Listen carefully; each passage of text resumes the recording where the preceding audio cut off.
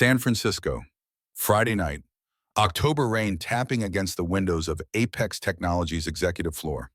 Cole Hartley sat alone in the darkness, nothing but the glow of his laptop screen, illuminating the resignation letter he had been drafting for the past 40 minutes. 3 years, 1,095 days of loving someone he could never have. 37 carefully orchestrated rescues from blind dates arranged by a mother who wielded guilt like a scalpel. And tonight would be number 38, the final performance before he walked away from the only woman who'd ever made him want to be more than he was. His phone buzzed against the desk. The notification lit up with a single word that still had the power to stop his heart. Help. Then the rest. Alexander Winston. Harbor Restaurant. Please. Cole's finger hovered over the send button on his resignation email. One click, and he'd be free. Free from the torture of watching Sloan Mercer endure another evening with a man who saw her as a trophy acquisition. Free from pretending that each fake emergency he created didn't carve another piece out of his chest. Free from the exquisite agony of being her hero while knowing he'd never be anything more. But freedom felt hollow when measured against the thought of her sitting across from some arrogant lawyer, that practiced smile frozen on her face while something inside her slowly died. He closed the laptop without sending. What Cole didn't know, what he couldn't know as he grabbed his jacket and headed for the elevator, was that Sloan Mercer had been in love with him for 18 months. That the woman everyone called the Ice Queen of Silicon Valley kept his photo as her phone's wallpaper changed it every few weeks so she wouldn't seem obsessive even to herself. That right now, locked in the Harbor Restaurant's bathroom, she was staring at that photo and whispering to the screen, "Why couldn't you be anyone else? Why did you have to be just my assistant?" The story of how Cole Hartley fell in love with his boss began 3 years earlier, on a Tuesday morning in October, when he walked into Apex Technologies for what should have been a routine job interview. The company occupied the top 5 floors of a glass tower in the financial district, the kind of building that reflected clouds and made everyone inside look smaller than they felt. Cole had worn his only suit, charcoal gray, purchased for his sister's wedding 2 years prior, and carried a resume that he knew wouldn't impress anyone who cared about pedigree. No MBA, no Stanford degree, no previous experience at Google or Facebook or any of the other tech giants that Silicon Valley types name dropped like passwords to an exclusive club. Just 5 years as an executive assistant at a mid-sized pharmaceutical company, a bachelor's degree from San Francisco State, and a reference letter from his previous boss that used words like dependable and thorough compliments that felt like polite ways of saying unremarkable. The lobby smelled like expensive coffee and ambition. Cole checked in with reception and was directed to the executive floor, where a young woman with a headset barely looked up as she pointed him toward a glass-walled conference room. Inside, Sloan Mercer sat behind a laptop, her dark hair pulled back in a style that probably had a French name, her attention entirely focused on whatever was on her screen. She didn't look up when he entered, didn't acknowledge his presence for a full 30 seconds, while he stood there feeling increasingly like an interruption rather than an appointment. When she finally spoke, her voice had the temperature of a walk-in freezer. "Your resume isn't impressive, Mr. Hartley. No MB, no experience at a major tech company. Your last position was at a pharmaceutical firm that I've never heard of." She still hadn't looked at him. "Give me one reason why I should waste the next 20 minutes interviewing someone who's clearly unqualified for this role." Cole had prepared for skepticism about his credentials. What he hadn't prepared for was the $8,000 espresso machine sitting in the lobby with an out-of-order sign taped to its gleaming chrome surface. The machine his father would have diagnosed in under a minute, the kind of equipment that only broke because people who could afford it didn't understand how to maintain it. "Because I fixed your espresso machine while I was waiting," he heard himself say. "The one in the lobby with the sign on it. It wasn't broken, someone had adjusted the grind settings too fine, and the pressure valve got stuck. Took me about 4 minutes. You can check if you want. It should be making perfect espresso now." For the first time since he'd entered the room, Sloan Mercer looked up from her screen. Her eyes were the kind of dark brown that looked almost black in certain light, and they studied him with an intensity that made Cole feel like he was being scanned for weaknesses. "You fixed my espresso machine." It wasn't a question, but Cole nodded anyway. She stood without another word and walked out of the conference room. Cole waited, wondering if he'd just ended the interview by being presumptuous. Through the glass walls, he could see her approach the lobby espresso machine. It examined it, press a few buttons. A minute later, she returned carrying 2 small cups of espresso, one of which she placed in front of him before sitting down. The coffee was perfect, rich and smooth with a crema that would have made any barista proud. Sloan took a sip of hers, and for the first time since Cole had walked into Apex Technologies, something that might have been a smile flickered across her face. "You start Monday," she said. "8 a.m. Don't be late. And don't ever let me see that espresso machine broken again." Cole learned quickly that Sloan Mercer ran Apex Technologies the way a general might run a military campaign, with precision strategic thinking and an absolute intolerance for incompetence. She'd founded the company at 24, fresh out of Stanford, with a master's in computer science and a vision for AI-driven data analytics that had attracted $50 million in seed funding before she'd even rented office space. 10 years later, Apex was valued at $2 billion, and Sloan was regularly featured in magazines with headlines like "The Ice Queen Who's Revolutionizing Big Data" and "Silicon Valley's Most Brilliant and Intimidating CEO." The Ice Queen nickname had started as a criticism, but Sloan had embraced it, wearing it like armor. She didn't do small talk, didn't attend happy hours or company social events, arrived at the office before everyone else, and left after most had gone home. Her personal life was a mystery even to people who'd worked with her for years, and she seemed to prefer it that way. Cole's job was to make her life run smoothly, manage her calendar, screen her calls, prepare briefing documents for board meetings, ensure she had everything she needed before she realized she needed it. It was detail work that required anticipating problems before they materialized, and Cole discovered he was good at it in ways that had nothing to do with business school case studies. When the conference room projector malfunctioned 10 minutes before a crucial investor presentation, Cole was the one who opened it up and reseated a loose connection. When Sloan's laptop started overheating during a video call with Tokyo, Cole was the one who realized the cooling fan was clogged with dust and cleaned it without interrupting her meeting. When the office HVAC system failed on a 90-degree August afternoon, Cole was the one who jury-rigged a temporary fix using knowledge his father had taught him about electrical systems and airflow. These weren't the skills listed in executive assistant job descriptions. They were the skills of a man who'd grown up watching his father solve problems with his hands, who'd learned that the most valuable thing you could do was make something work when everyone else had given up. Jack Hartley had spent 40 years as an electrician in San Francisco, working on everything from Victorian houses in the Mission to high-rise construction downtown. He'd raised Cole alone after Cole's mother died when Cole was 7, teaching his son that a man's worth had nothing to do with the letters after his name and everything to do with whether he showed up when things got hard. Cole had absorbed those lessons without fully understanding them until he started working for Sloan Mercer. Then he began to see how much of the business world was built on people who knew how to talk about problems without knowing how to solve them. Sloan was different. She cared about results, not rhetoric, and she noticed when Cole delivered them. By month 2, she'd stopped calling him Mr. Hartley and started using his first name. By month 3, she was asking his opinion on decisions that technically had nothing to do with his job. By month 4, Cole realized he was looking forward to work in ways that had nothing to do with his paycheck and everything to do with the 40 seconds each morning when Sloan would actually smile at him while accepting her coffee.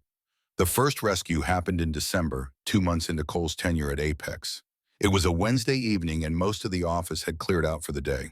Cole was organizing files when Sloan appeared at his desk wearing an expression he'd never seen before. Something between panic and resignation, all of it barely controlled beneath her professional mask. She needed a favor, she said, but it wasn't work-related. Cole set down the files he'd been sorting. Anything he told her and meant it. Her mother had arranged a blind date. She tried to cancel, but Catherine Mercer had already told half of San Francisco's social elite about it, and if Sloan didn't show up, her mother would make her life miserable for months. The problem was that the date started in 20 minutes, and Sloan would rather face a hostile board meeting than spend 2 hours with another man her mother had vetted for suitable breeding and bank account. "When was the last time you wanted to go on one of these dates?" Cole asked. "Never," Sloan said, and the single word carried so much exhaustion that Cole felt something shift in his chest. He told her to give him 30 minutes.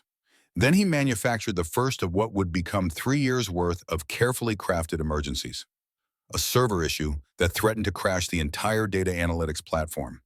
A crisis that absolutely required the CEO's immediate attention.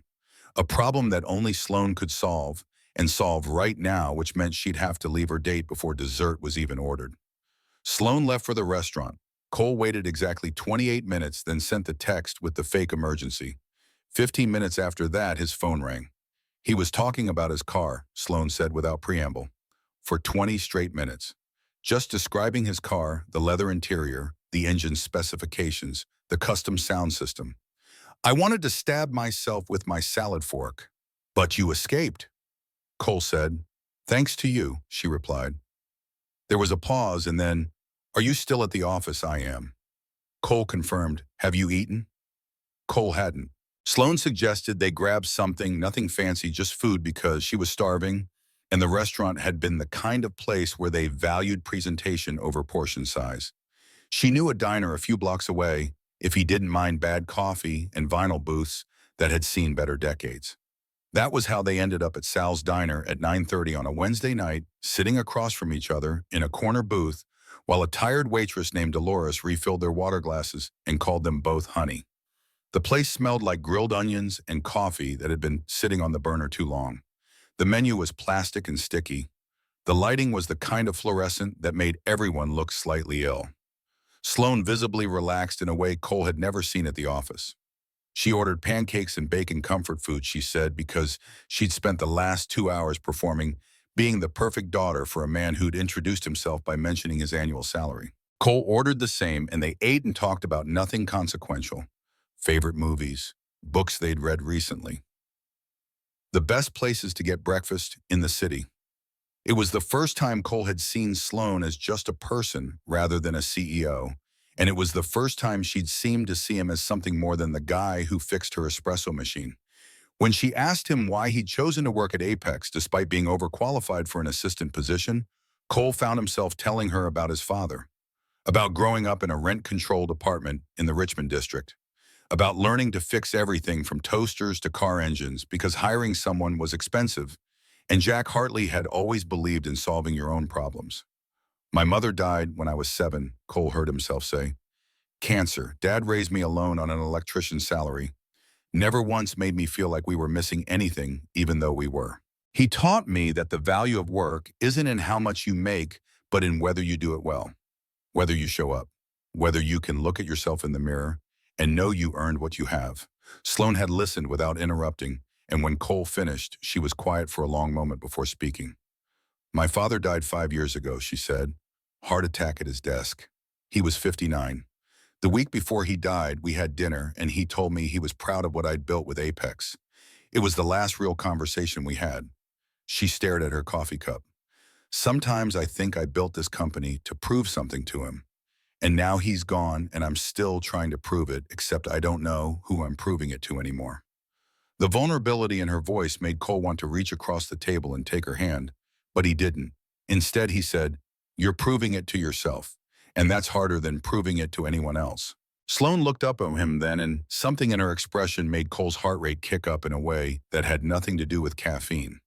For just a second, the Ice Queen mask dropped completely, and he saw exhaustion and loneliness and something else he couldn't name. Then she smiled a real smile, not the professional one she used in board meetings, and said, thank you for tonight, for the rescue, and for this. You didn't have to do any of it. Cole wanted to say, I'd do anything for you. I'd manufacture 1,000 fake emergencies if it meant you never had to pretend to be someone you're not. Instead, he said, anytime, Ms. Mercer. She told him to call her Sloan, at least when they weren't in the office. And Cole realized driving home that night that he was in serious trouble. The rescues became a pattern. Every few weeks, Catherine Mercer would arrange another suitable match for her daughter men with the right connections, the right schools, the right family backgrounds. Sloan would agree to go trapped by guilt over a debt she'd never fully explained to Cole. And Cole would create another crisis that required Sloan's immediate attention, each one different enough that nobody started asking questions. A major client threatening to pull their contract, a potential data breach, a board member demanding an emergency meeting, legal issues that needed immediate CEO review. Cole became fluent in the language of corporate crisis learning, exactly what would be believable enough to justify Sloan abandoning a date, but vague enough that it could resolve itself by morning. And after each rescue, they'd end up at Sal's Diner. The pattern became sacred in its own way, rescue followed by terrible coffee and honest conversation, the only time in Sloane's carefully controlled life when she could stop performing. Cole cataloged everything he learned about her in those late-night sessions. That she loved old noir films despite claiming not to have time for movies. That she'd wanted to be a pianist before she fell in love with computer science. That she sometimes drove out to Ocean Beach at dawn just to watch the waves. That her favorite food was actually the $5 burgers from a food truck near the office, not the $100 tasting menus her social circle preferred. He learned that she carried the weight of apex technologies like Atlas, carried the world feeling personally responsible for every employee's livelihood and every client's success. That she hadn't dated seriously in 6 years because anyone who approached her either wanted access to her network or felt threatened by her success.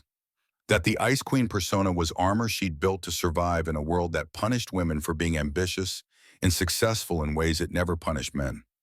And slowly, inexorably, Cole fell in love. It wasn't a single moment, but an accumulation of hundreds of tiny ones. The way she'd absently say thank you when he set her coffee down each morning, the muscle memory so ingrained she didn't even look up. The way she'd trusted him enough to show vulnerability. The way she remembered that he took his coffee black and that he hated jazz and that his father's birthday was in March. By the end of the first year, Cole was hopelessly, completely in love with Sloane Mercer. And he knew with absolute certainty that he could never tell her. The power dynamic alone made it impossible. He was her employee. She was his boss. Any confession would put her in an impossible position, either reciprocate and face accusations of inappropriate conduct or reject him and make their working relationship unbearably awkward. Beyond that, there was the gulf of their different worlds. She was a billionaire CEO who'd built an empire before 30. He was the son of an electrician, someone who'd fixed her espresso machine to get a job. So Cole kept quiet and told himself it was enough just to be near her. Told himself that the late nights at Sal's diner were a gift he didn't deserve.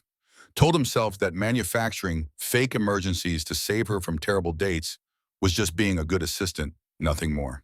He almost believed it until the night 18 months ago, when everything changed, though he wouldn't know it had changed until much later. It was April of the second year.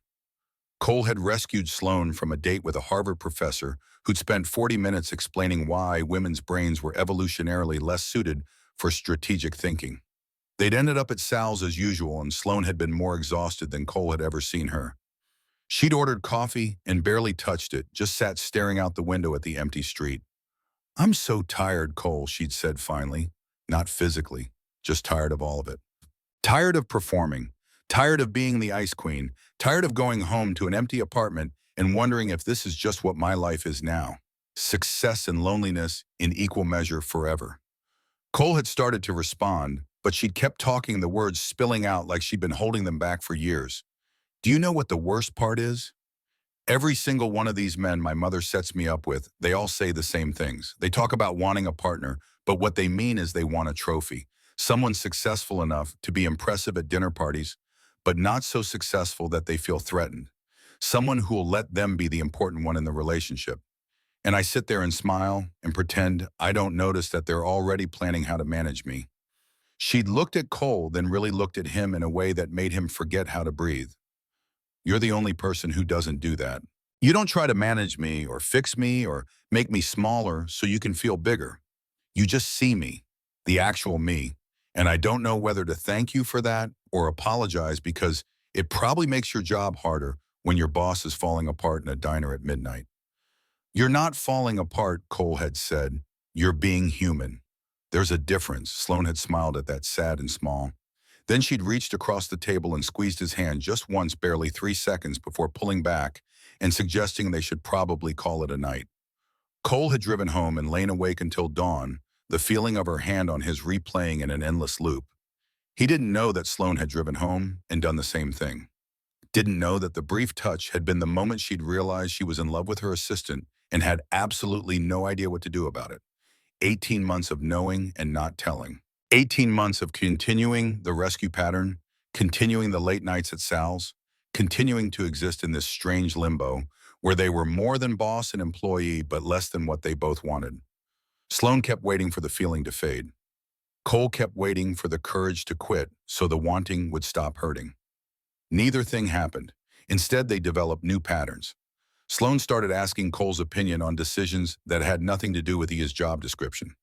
Cole started anticipating what she'd need before she needed it, not just coffee and calendar management, but the right data for a pitch meeting or a reminder to eat when she'd been in back-to-back calls for 6 hours.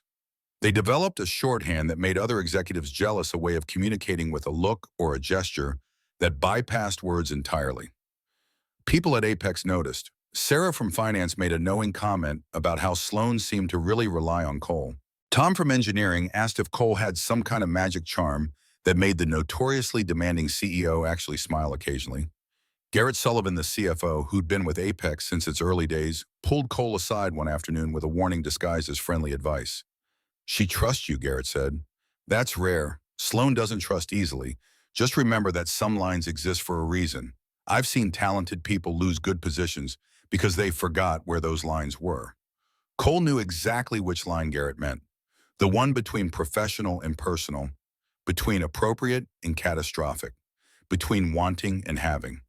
He'd been so careful about that line, never staying late when other employees had left, never suggesting plans outside their post-rescue ritual, never letting his feelings show in his work.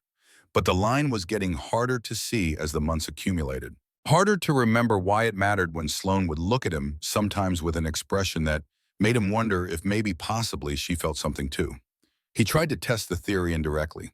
Started mentioning Dutch Brennan, his best friend, who owned a auto repair shop in the Mission. Dutch had known Cole since they were kids growing up in the same neighborhood, and he'd been the one Cole confessed to when the feelings for Sloan became impossible to ignore. "You're in love with your boss," Dutch had said, not a question, but a statement of fact. "And you're going to what? Just keep pretending you're not." "What else can I do?" Cole had asked. "She's a CEO. I'm an assistant. Even if she felt the same way, which she doesn't, we work together. It's impossible." Dutch had looked at him with the particular kind of exasperation reserved for old friends watching you sabotage yourself. "Nothing's impossible, man. Just scary. There's a difference." But the fear was real and Cole couldn't shake it. Fear of rejection, yes, but more than that, fear of losing what they already had. The late nights at Sal's where Sloan could be herself. The easy partnership they'd developed.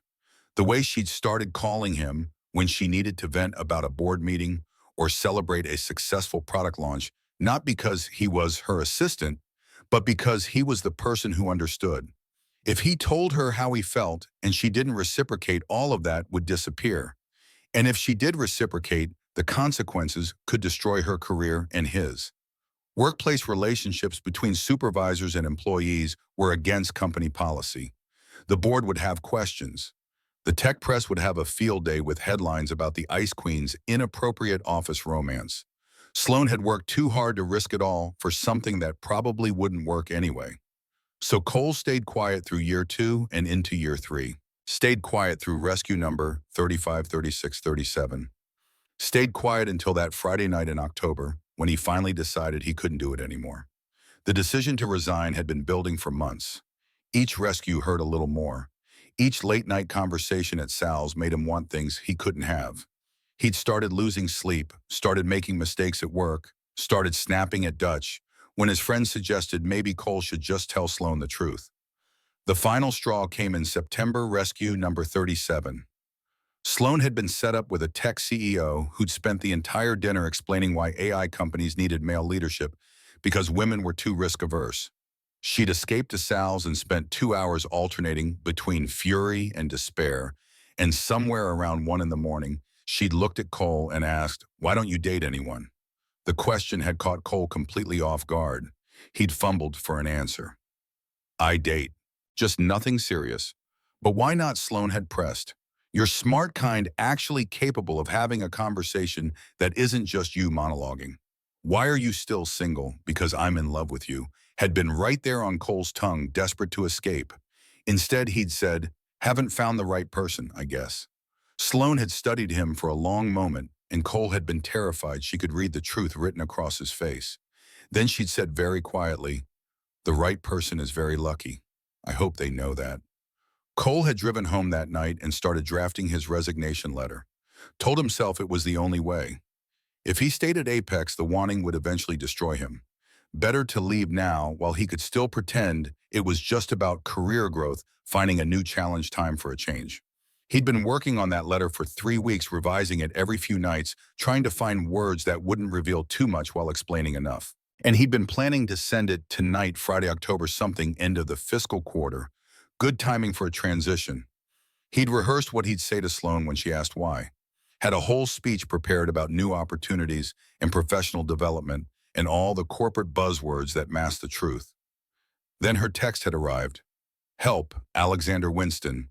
Harbor Restaurant. Please. And Cole had realized he wasn't ready to stop being her hero. Not yet. One more time. One last rescue. Then he'd quit, and maybe eventually the wanting would fade to something bearable. Harbor Restaurant occupied prime real estate on the Embarcadero, the kind of place where appetizers cost $30 and the waitstaff used words like amuse-bouche without irony. Cole arrived in the rideshare he'd called after his car had refused to start, walked the last 4 blocks through October rain, and stood outside the restaurant trying to decide how to play this final rescue. Inside, through the windows, he could see Sloan sitting across from a man in his late 40s who had the particular confidence of someone who'd never been told no. Alexander Winston, senior partner at one of the city's most prestigious law firms, the kind of man Catherine Mercer would consider eminently suitable. Cole watched Sloan's face, her professional mask perfectly in place, not a flicker of emotion showing, and felt his carefully maintained restraint crack. 37 times he'd done this. 37 manufactured emergencies to save her from men who didn't deserve her attention. But this time something felt different. This time Cole realized he wasn't just rescuing her from a bad date. He was rescuing her from a life built on other people's expectations, a future constructed by her mother's fear and social conditioning, and the cruel math that said successful women had to choose between ambition and happiness. And he was done watching her suffer that choice. Cole walked into Harbor Restaurant like a man who had finally stopped pretending, approached the hostess stand with enough confidence that the young woman didn't question him when he said he needed to speak with Miss Mercer, immediately, urgent business matter. She led him through the dining room to a corner table where Sloan and Alexander Winston sat in obvious conversational discomfort. Sloan saw him first, her eyes wide in fractionally surprise and relief, and something else Cole couldn't quite name. Alexander followed her gaze and his expression shifted to annoyance. "Can I help you?" Alexander asked the kind of question that really meant, "How dare you interrupt?" Cole looked at Sloan, only at Sloan. "Ms. Mercer, I apologize for the interruption, but we have a situation that requires your immediate attention. It's urgent." What kind of situation? Alexander demanded before Sloan could respond. "If your company has such poor boundaries that employees feel entitled to interrupt the CEO during her personal time, perhaps you need to establish better management structures." The condescension in his voice made Cole's jaw tighten, but Sloan stood before he could respond. Her movements were controlled, deliberate. "Excuse me, Alexander, I'll be just a moment." She walked past Cole toward the restaurant's entrance, and he followed, acutely aware of Alexander's glare burning into his back. Outside, the rain had picked up. Sloan stood under the awning, arms crossed, and turned to face him. "What's the emergency?" she asked, but her voice lacked the edge it should have had. Instead, she sounded tired, resigned, like she'd been expecting this and dreading it in equal measure. Cole had prepared a lie. Server failure, data breach, client crisis, all the usual fictional disasters that would justify pulling her away. But standing there in the rain, looking at Sloan's carefully maintained composure, he found he couldn't do it anymore. Couldn't manufacture one more fake emergency, couldn't pretend this was about business. "There isn't one," he said. "No emergency, no crisis, just me not being able to watch you sit in there with another man who doesn't see you." Sloan's breath caught. What? Cole stepping closer, rain soaking through his jacket. "I lied. My car isn't broken down. I took a rideshare here. Walked the last 4 blocks, and I lied because I couldn't stay in that office knowing you were here with Alexander Winston talking about whatever the hell he's been talking about for the past hour. I couldn't do it. Not one more time." "Cole, you didn't need to," Sloan started, but he cut her off. 3 years, Sloan.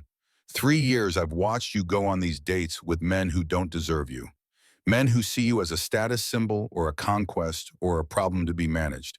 3 years of manufacturing, fake emergencies, so you could escape from situations you should never have been in to begin with. And I can't do it anymore because every single time it kills me a little more. The professional mask Sloan had worn all evening was cracking. Now her carefully maintained composure fracturing into something raw. "You're not making sense." "I'm making perfect sense," Cole said, his voice rougher than he intended. "I'm saying I'm in love with you. That I've been in love with you since you smiled at me over that first cup of espresso. That I love how you work until 2 in the morning because you actually care about your employees, not just your profit margins. That I love how you remember everyone's names, the janitor, the interns, the security guard who works nights. That I love how you pretend to like $12 artisanal coffee, but you actually prefer the $2 stuff from Sal's Diner." The words were spilling out now, 3 years of restraint crumbling all at once. "I love you. Not the CEO, not the billionaire, not the ice queen that everyone writes articles about. I love Sloan, the woman who's scared to be happy, the woman who laughs at terrible jokes, the woman who deserves to be loved exactly as she is, not as some acceptable version her mother approves of." Sloane's eyes were bright rain or tears or both. "Cole, I can't. You're my employee. The board would, I'll resign." Cole interrupted. "I've already written the letter. Just say the word and I'll send it right now, because I can't keep working for you while feeling this way. I can't keep pretending that those nights at Sal's are just friendly conversations. I can't keep lying to myself that maybe someday I'll stop wanting you." The silence stretched between them, broken only by rain and the distant sound of traffic on the Embarcadero. Sloan was staring at him like he'd just spoken a language she'd forgotten she knew. "So tell me," Cole said quietly, "is it just me? Or have you felt this too?" Sloane's response came out as barely more than a whisper. "I've felt everything, Cole. Every single thing you just said. For 18 months I've felt it, and every day I've told myself it was impossible. That you couldn't possibly feel the same way. That I was the ice queen, and you were too good, too genuine, too real for someone like me." The confession hit Cole like electricity. "Wait, 18 months. I've been in love with you since the night you stayed with me until 4 in the morning, helping me prepare that presentation," she said, words tumbling out faster now. "Since you covered me with your jacket when I fell asleep at my desk and you didn't wake me up or take advantage or make it weird. Since I realized that you were the only person in my entire life who wanted nothing from me except for me to be happy." "But you're my boss," Cole managed. "The power dynamic makes it impossible." Sloan finished. "I know. That's why I never said anything. Because even if you felt the same way, which I never thought you did acting on, it would put you in a terrible position. Either reciprocate and risk your career or reject me and make work unbearable. So we've both been in love and both been too scared to admit it," Cole said, and despite everything, he almost laughed. "That's the most ridiculous thing I've ever heard." "It's not ridiculous," Sloan said. "It's realistic. Cole, if we do this, everything changes. My mother will disown me. The board will have questions. The tech press will write think pieces about whether female CEOs can maintain professional boundaries. Your career will be defined by being the guy who dated his boss. Are you ready for that?" Cole stepped closer, close enough now that he could see the rain droplets caught in her hair. "I've spent 3 years hiding how I feel because I was afraid of consequences. I'm done being afraid. So yes, I'm ready. The question is, are you?" Sloan looked up at him, and for the first time since Cole had known her, the Ice Queen mask disappeared completely. In its place was just Sloan, vulnerable and exhausted and desperately, achingly hopeful. "If we do this, if we really do this, we go all in. We tell HR. We handle it properly. We face whatever comes together, not as boss and employee, but as equals. Can you handle that?" "I've been handling crises for you for 3 years," Cole said. "I think I can handle one more." "Then kiss me," Sloan whispered. "Before I remember all the reasons, this is a terrible idea." Cole closed the remaining distance and kissed her. The first kiss after 3 years of wanting, after 37 rescues and countless late nights and 1,000 moments of almost. Her hands came up to his jacket, pulling him closer, and Cole thought dimly that this was worth it. Worth the risk, worth the consequences, worth everything that would come after. When they finally pulled apart, both breathing hard, Sloan was smiling, really smiling, Not the professional version, but something genuine and unguarded. Your car really isn't broken, she asked. Dutch lent me his truck, Cole admitted. I lied about the emergency too. There's no crisis at Apex. You walked 4 blocks in the rain to lie to me about a fake emergency so you could tell me you're in love with me, Sloan said, and she started laughing. That's the most romantic and ridiculous thing anyone's ever done. I prefer to think of it as committed, Cole said, but he was grinning too. They ended up in the truck. Dutch had lent him a beat-up Ford that smelled like motor oil and had a crack in the windshield. Sloan sat in the passenger seat and looked around with an expression that suggested she'd never been in a vehicle this old before, but she was still smiling. We should probably talk about what happens Monday, she said. Cole started the engine. Monday, we go to HR. I transfer to a different department. We do everything by the book, so nobody can say we handled this inappropriately. You'll have to report to someone else, Sloan said.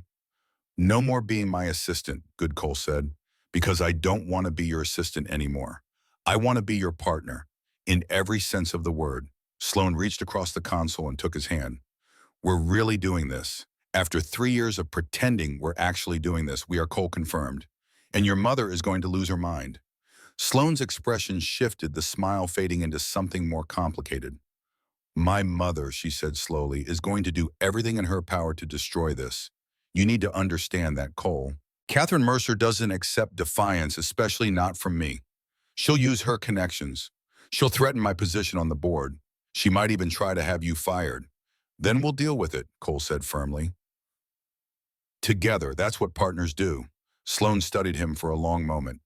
You mean that? You're actually ready to fight my mother, the board, whoever we need to fight. I fought for you for 3 years without you even knowing it, Cole said. You think I'm going to stop now when I finally have you? Something in Sloan's expression shifted, then walls coming down that Cole hadn't even known existed. You have no idea what you're getting into. Probably not. Not, Cole agreed. But I know what I'm getting you, and that's worth whatever comes next. They drove through San Francisco in comfortable silence, rain drumming on the roof of Dutch's truck. Sloan kept hold of his hand, her thumb tracing absent patterns against his palm. When they stopped at a red light near Union Square, Cole glanced over and found her watching him with an intensity that made his heart rate kick up. What he asked? I'm just trying to figure out if you're real, she said quietly. If any of this is real, because I've imagined it so many times what it would be like if you felt the same way. And now that it's happening, I'm terrified I'm going to wake up and it will have been a dream. It's real, Cole promised. I'm real. This is real. And Monday morning, we were going to walk into Maggie Reed's office and make it official. The light changed. Cole drove. What they didn't know, what they couldn't know as they drove through the rain-slicked streets, was that Catherine Mercer had hired a private investigator 3 weeks earlier. That the investigator had photographed their kiss outside Harbor Restaurant. That even now, Catherine was looking at those photos on her phone and making phone calls to board members, her voice tight with fury as she explained that her daughter was involved with an employee and something needed to be done. The war they thought they were preparing for had already begun. But for now, in the cab of Dutch's borrowed truck with rain falling and the city lights blurring past Cole and Sloan, allowed themselves to believe that love might actually be enough. Sunday morning arrived cold and bright, the kind of October day when San Francisco pretended it understood the concept of autumn. Cole drove to his father's house in the Richmond district, the same modest Victorian where he'd grown up, where Jack Hartley had raised him alone, on an electrician's wages, and taught him that a man's character mattered more than his bank account. The smell of coffee and bacon greeted him at the door. Jack was already at the kitchen table, newspaper spread out, reading glasses perched on his nose. At 65, he moved a little slower than he used to, his hands bearing the scars of 4 decades working with electrical systems and stubborn machinery. But his eyes were sharp when he looked up at Cole, taking in his son's expression with the kind of perception that came from years of reading people. You look like someone who either won the lottery or committed a felony. Jack folded the newspaper. Since you're not in handcuffs, I'm guessing it's the former. Cole sat down, accepted the coffee his father poured. I told her. Last night, told Sloan how I feel. Jack's eyebrows rose fractionally. And she feels the same way. Has for 18 months, apparently. We've both been in love and both too scared to admit it. Jack leaned back in his chair, studying his son. Well, that's either the best news I've heard all year or the beginning of a spectacular disaster. Which one depends entirely on what happens next. Monday, we go to HR, Cole explained. I transfer departments. We do everything properly so there's no question about ethics or favoritism. But Dad, there's a complication. Her mother, the one who sets up those blind dates you've been rescuing her from Catherine Mercer. Old San Francisco Money owns 15% of Apex, has enough social connections to make things very difficult if she wants to. And she's going to want to because I'm not exactly the son-in-law she's been planning for. Jack was quiet for a moment, then stood and moved to the stove where bacon was sizzling. You remember what I told you when you graduated college, when you were deciding between that corporate job in New York and staying here, you said home matters more than money. I said that the value of a man's life isn't measured by what he accumulates, but by who he becomes. Jack flipped the bacon with practiced efficiency. Your mother, God rest her, she came from money.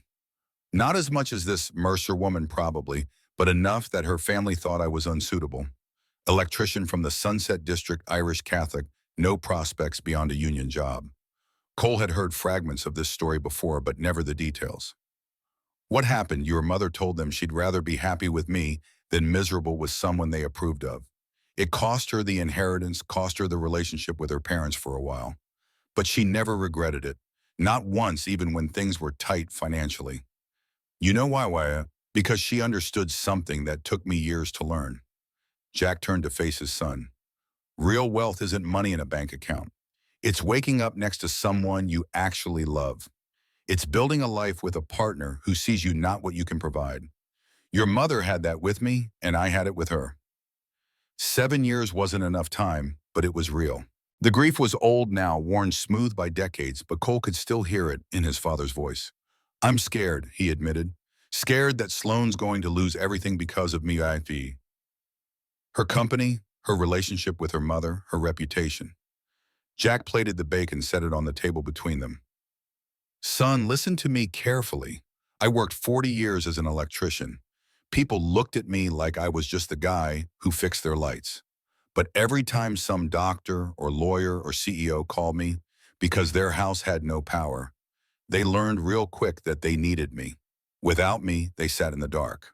You understand what I'm saying? Not exactly. Your value doesn't get defined by other people. It gets defined by you, by what you contribute, by how you show up when things get hard. You love this woman more than anything, and she loves you. She does. Then you fight, Jack said simply. But you don't fight by apologizing for who you are. You fight by being the best man you can be. You work harder than everyone else. You prove your worth through actions, not words. And you stand beside her, not behind her, not in front of her, but beside her as an equal partner. That's what a real man does. The words settled into Cole like something he'd known, but needed to hear aloud. His father poured more coffee, and they ate breakfast, while Jack told stories about the early days with Cole's mother, about the battles they'd fought against families and expectations, and people who couldn't understand why love should matter more than social convention. One more thing, Jack added as Cole was leaving. This Catherine Mercer, she's going to come at you hard. She'll use every weapon she has, money, connections, influence. Don't let her make you feel small. You're not small. You're just different from what she expected, and that terrifies her. Why would it terrify her? Because people who measure worth in dollars don't know what to do with people who measure it in character. You threaten her entire worldview just by existing. Cole drove back to his apartment, thinking about his father's words, about his mother's choice, about the cost of building something real. His phone buzzed with a text from Sloane. We still doing this? He typed back immediately. Absolutely. Meet at HR at 8. I'll be there. Her response came through, then another message. Cole, thank you for last night, for all of it. Monday morning, Maggie Reed's office felt smaller than it should have, with 3 people crowded inside. The HR director was a woman in her late 40s who'd worked at Apex since its early days, and she listened to their disclosure with the kind of practiced neutrality that came from years of handling sensitive situations. I appreciate you coming forward immediately, Maggie said after they'd explained the situation. That shows good judgment. However, we need to address the power dynamic concern. Cole, you currently report directly to Sloane. That's not tenable if you're in a romantic relationship. I've prepared a proposal, Cole said, sliding a folder across her desk. Transfer to strategic operations, reporting to Garrett Sullivan. It's a lateral move to a role I'm qualified for. I've outlined my relevant experience and why I think I'd be a good fit for the department. Maggie reviewed the documents, her expression giving nothing away. This is thorough. You've clearly thought this through. We want to do this right, Sloan added. No preferential treatment, no appearance of impropriety. I'll recuse myself from any decisions involving Cole's compensation or advancement. We'll maintain professional boundaries during work hours. I'll need to conduct an investigation, Maggie said. Interview colleagues about your working relationship review. Cole's performance history, make sure there's no pattern of favoritism that would suggest the relationship influenced business decisions. My performance reviews are documented, Cole offered. Every raise and bonus I've received has been justified by specific achievements. You're welcome to audit all of it. Maggie made notes on her tablet. I'll also need to implement a 30-day cooling off period. During that time, Cole will transfer to strategic operations, but your relationship cannot be public knowledge within the company. If everything checks out after the investigation, you'll be free to be open about your relationship. But for the next month, you need to maintain complete discretion. Sloane's jaw tightened fractionally, but she nodded. We understand. One more thing, Maggie added, her tone shifting slightly. I received a call this morning from Catherine Mercer. She's aware of your relationship, and she's not pleased. She mentioned having concerns about corporate governance and suggested the board should be informed immediately. Let me guess, Sloane's voice had gone cold. She wants an emergency board meeting. She's already contacted Bradford Langley about it. Maggie's expression was sympathetic. I can't speak to what happens at the board level, but you should be prepared for questions and for scrutiny. After they left Maggie's office, Cole and Sloane stood in the hallway outside the early morning sun, slanting through the floor-to-ceiling windows that looked out over the financial district. Around them, Apex was coming to life, employees arriving, coffee brewing, the normal rhythm of a Monday beginning. She's moving fast, Sloane said quietly. Faster than I expected. Your mother? She knows that if she gives us time to establish the relationship as legitimate, it's harder for her to argue against it. So she's attacking now while it's still new, still vulnerable. It's actually smart strategy. What do? We do exactly what we told Maggie we'd do. You transfer to strategic operations.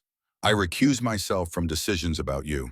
We prove that this relationship doesn't compromise our professional judgment, and we prepare for whatever my mother throws at us. Cole wanted to pull her into his arms, wanted to kiss away the worry lines forming between her eyebrows. But they were at work now, in full view of anyone walking past, and the 30-day discretion period had just started. So instead, he just said, we'll handle it. Together. Sloane managed a small smile. I'm going to hold you to that. The investigation Maggie conducted was thorough and professional.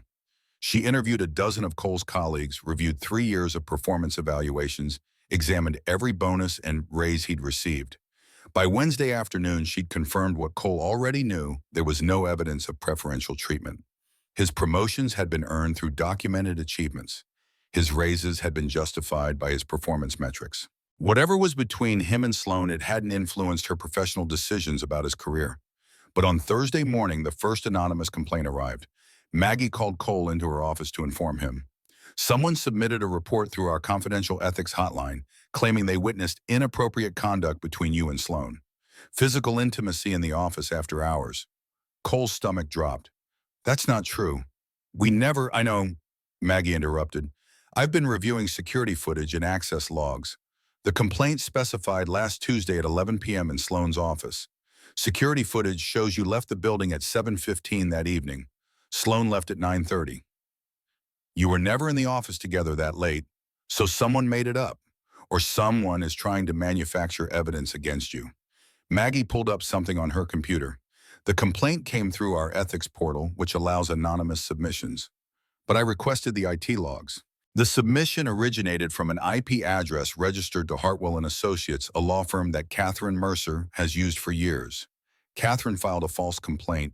More likely her attorneys did at her request. Maggie's expression was grim. An hour later, a second complaint came through from a different anonymous source, also from the same IP address. Both complaints are unsubstantiated and contradicted by security evidence, but they're now part of your file. Can we remove them? I can note them as unsubstantiated, but I can't delete them entirely. That would violate our record-keeping protocols. Maggie leaned back in her chair. Cole, I'm going to be blunt. Someone is building a case against you and Sloan. They're creating a paper trail of complaints that will be used to argue your relationship is inappropriate and damaging to company culture.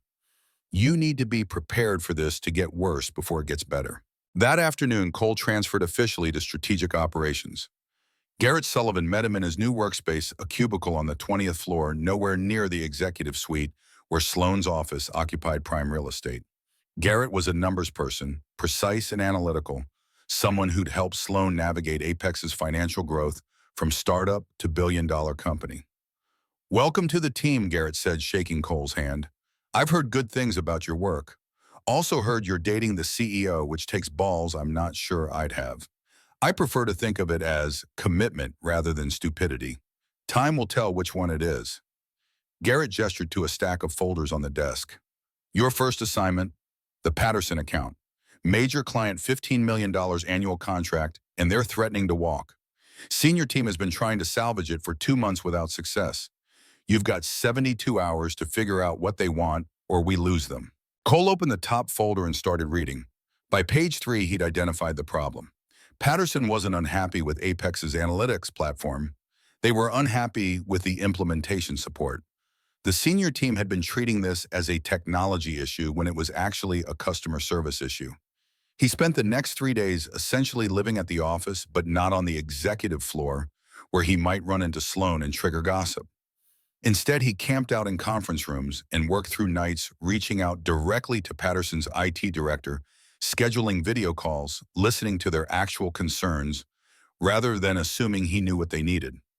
By Thursday afternoon, he'd restructured the support agreement, brought in additional training resources, and convinced Patterson to not just stay, but expand their contract. Garrett reviewed the new terms and let out a low whistle. You just turned a potential $15 million loss into a $22 million win in 3 days, with no sleep and probably too much coffee. The coffee part is accurate. The senior team spent 2 months trying to solve this and couldn't crack it. How did you do it differently? I listened, Cole said simply. They were telling us what they needed. We just weren't hearing it because we were too busy trying to sell them what we wanted to sell. Garrett studied him for a long moment. You know the rumors are already starting, right? That you got this position because of your relationship with Sloan. That you're using her to advance your career. I know. And it pisses you off. It does. But arguing about it won't change anyone's mind. Delivering results will. Smart Garrett acknowledged. Keep that attitude, and you might actually survive this. On Friday morning, exactly 1 week after Cole had kissed Sloan in the rain, outside Harbor Restaurant, the Tech Business Weekly article dropped. The headline read, Ice Queen melts questions arise over Victoria Sloan Mercer's office romance. Someone had leaked the story to the press, and they'd run with it.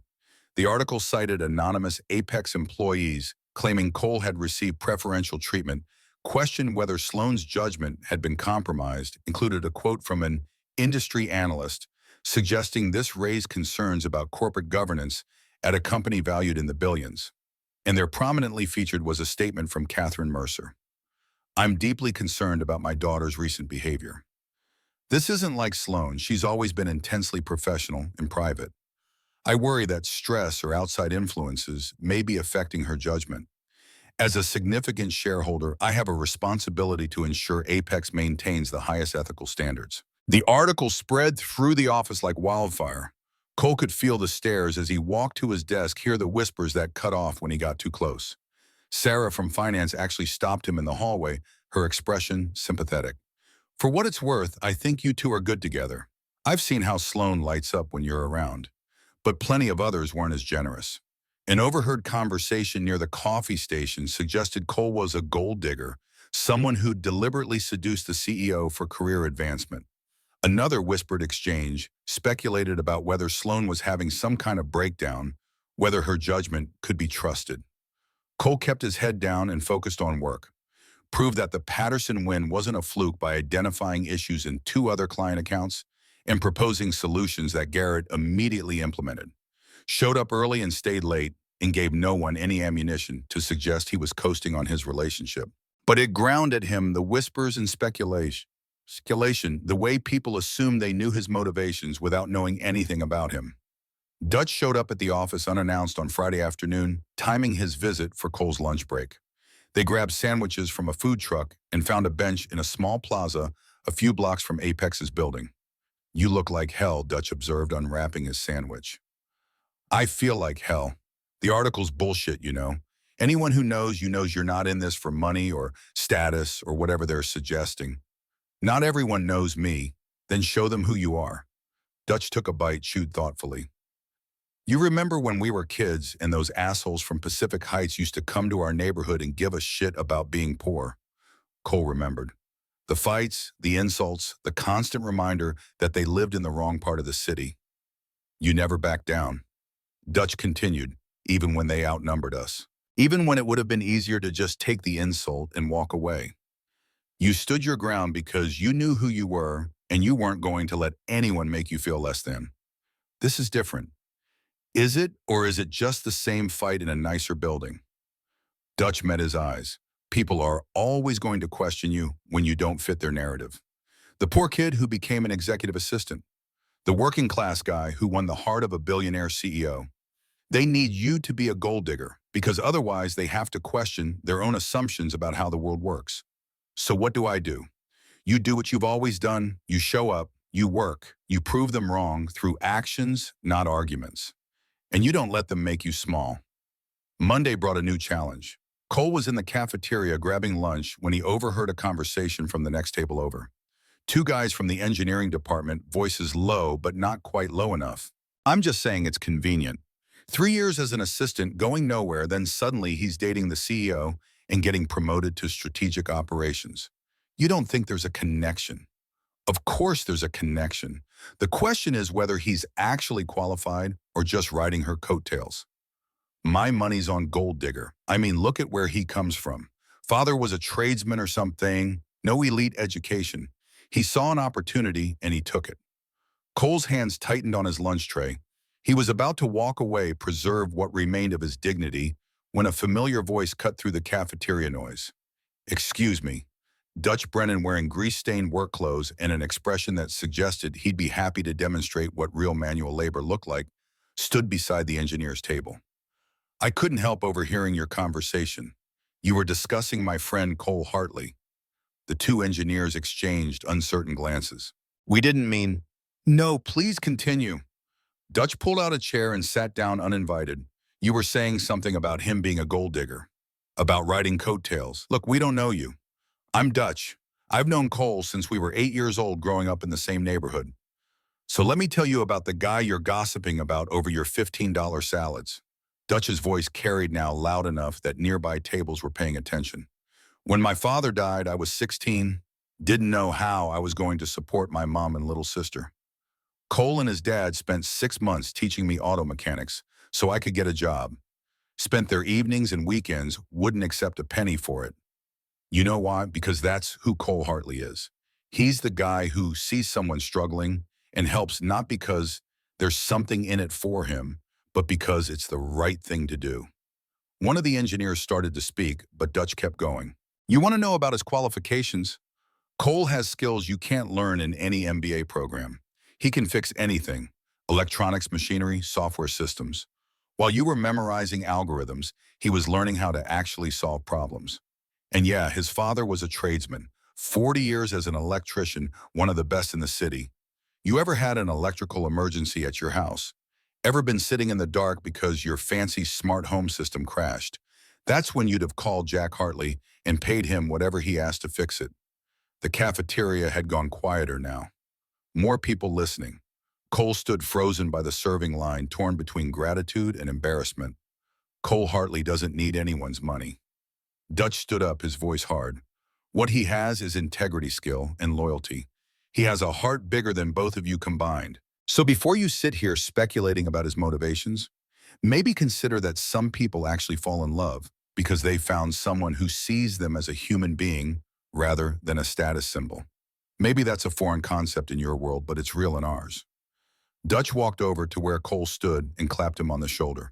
Come on. Let's eat somewhere these people won't poison your appetite with their bullshit assumptions. They left the cafeteria in silence, but Cole could feel dozens of eyes following them.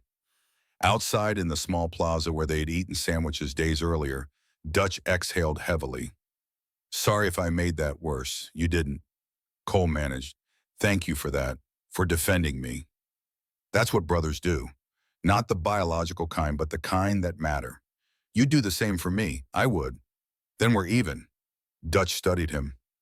How's Sloane handling all this? She's fighting battles on multiple fronts, Cole said. Her mother, the board public perception. I wish I could do more to help her, but the 30-day discretion period means we can barely even talk at work. You're helping by being exactly who you are, by not giving them any real ammunition. Keep doing that. That evening, Cole got a text from Sloane asking if he could meet her. Not at Sal's Diner, their usual refuge, too public now with the press attention. Instead, she suggested her apartment, the penthouse in Pacific Heights, that Cole had never visited during their 3 years of professional relationship. The building had a doorman who checked Cole's ID and called up for verification before allowing him to the elevator. The apartment itself occupied the entire top floor, floor-to-ceiling windows, offering views of the bay that probably cost more per month than Cole's entire year's rent. Sloane answered the door wearing jeans and an old Stanford sweatshirt. No makeup, hair pulled back in a ponytail. She looked exhausted and beautiful and barely holding it together. Come in, she said. Please, I needed to see you, needed to remember why we're doing this.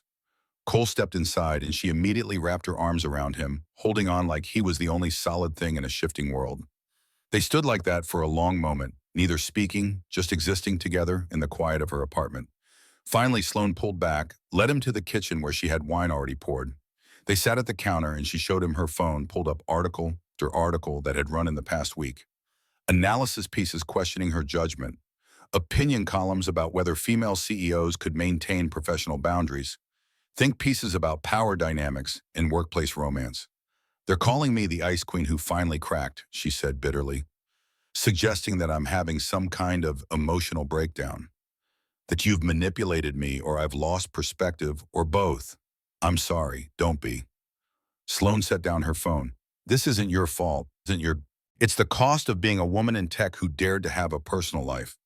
If I were a male CEO dating my assistant, they'd write profiles calling it charming or humanizing. But because I'm a woman, it's a judgment failure. What did Quinn say? Cole asked, referring to Sloane's COO and closest friend. That I should prepare for this to get worse before it gets better. That Bradford Langley is using this as leverage to push for changes he's wanted for months. That my mother is actively lobbying other board members to force me to choose between you and my position. Can she do that? Force you to choose? Technically, no. But if she convinces enough board members that my judgment is compromised, they could call for a vote of no confidence. Remove me as CEO. Sloane's voice cracked slightly. 10 years of building this company, 10 years of sacrificing everything else in my life. And it could end because I fell in love with someone they don't consider appropriate. Cole reached for her hand. Then we fight harder. I'll document every achievement, every success, every way I'm contributing to Apex that has nothing to do with our relationship. We'll show them that this doesn't compromise your judgment. You're already doing that. Garrett told me about the Patterson account and the Meridian analysis you completed in half the time the senior team estimated. You're working yourself into the ground trying to prove you deserve to be here. Because I do deserve to be here. Not because of you, but because I'm good at what I do. I know that, Sloane said softly. I've always known that. I just wish everyone else could see it. They spent the evening together talking about strategy and contingency plans and how to handle the board meeting that Bradford Langley was pushing for. But underneath the practical discussion was fear. Fear that no matter how well they performed, no matter how properly they handled everything, Catherine Mercer's influence and Bradford's ambition and the weight of public perception might be too much to overcome. You could end this, Sloane said quietly as Cole was getting ready to leave. Tell people we've broken up. I'd transfer you to a different division. We'd stay apart long enough for the gossip to die down. And then later after the board is satisfied, we could... No, Cole interrupted. We're not doing that. We're not lying and we're not hiding. We go forward together or not at all, even if it costs me my company. Even then. Because you deserve to have both, Sloane was there. You deserve success and happiness. and I'm not going to be the reason you settle for only half a life. She kissed him then, desperate and clinging, and Cole wondered if she believed him or if she was already calculating the cost of choosing love over everything she'd built. Tuesday morning brought a development that shifted the entire dynamic. Jack Hartley called Cole at work, his voice tense. I need Catherine Mercer's address. What? Why? Because I'm going to go talk to her. Woman to woman isn't working clearly, so we're going to try man to parent. I raised you to be a good man. She raised Sloane to be a brilliant woman.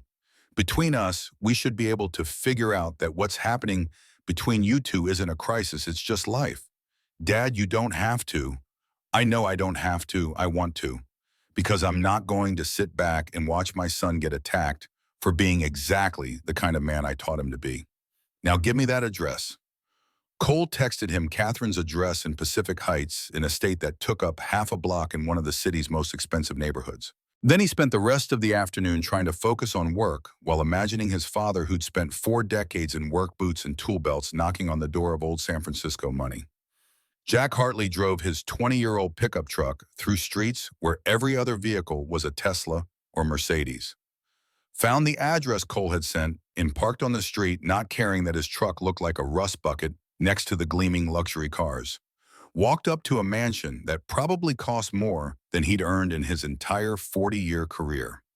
A housekeeper answered the door, clearly uncertain how to handle this gray-haired man in worn jeans, who asked to speak with Mrs. Mercer.